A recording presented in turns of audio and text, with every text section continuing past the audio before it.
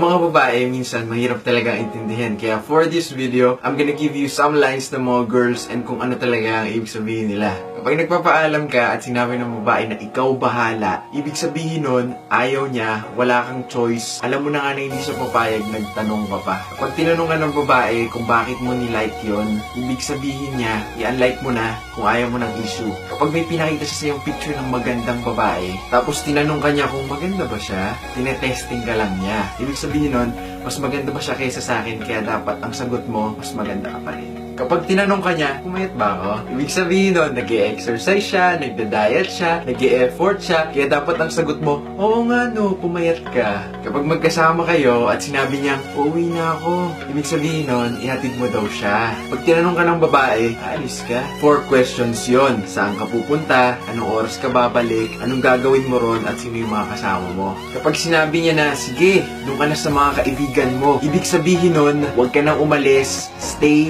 and get inside. Kapag sinabi ng babae, isa pa, ibig sabihin nun, huwag ka na daw umisa, tumigil ka na. Kapag nagluto siya at tinanong ka niya kung masarap ba, ibig sabihin nun, pinaghirapan niya, purihin mo naman daw.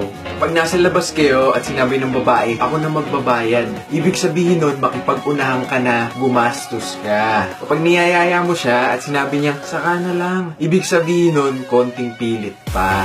Kapag nagkita kayo at sinabi niya, pogi mo naman, ibig sabihin nun, ba't nakaporma ka, anong meron, pinagdududahan ka na. Kapag nag-i-explain ka at sinabi niya sa'yo, ewan ko sa'yo, ibig sabihin nun, may ginawa kang mali, isipin mo yung ginawa mo, may kasalanan ka, at aminin mo na kasi alam na niya. Kapag nag-aaway kayo at sinabi niyang tigilan mo ako, ibig sabihin nun, galit na siya, tumigil ka na, at delikado ka na.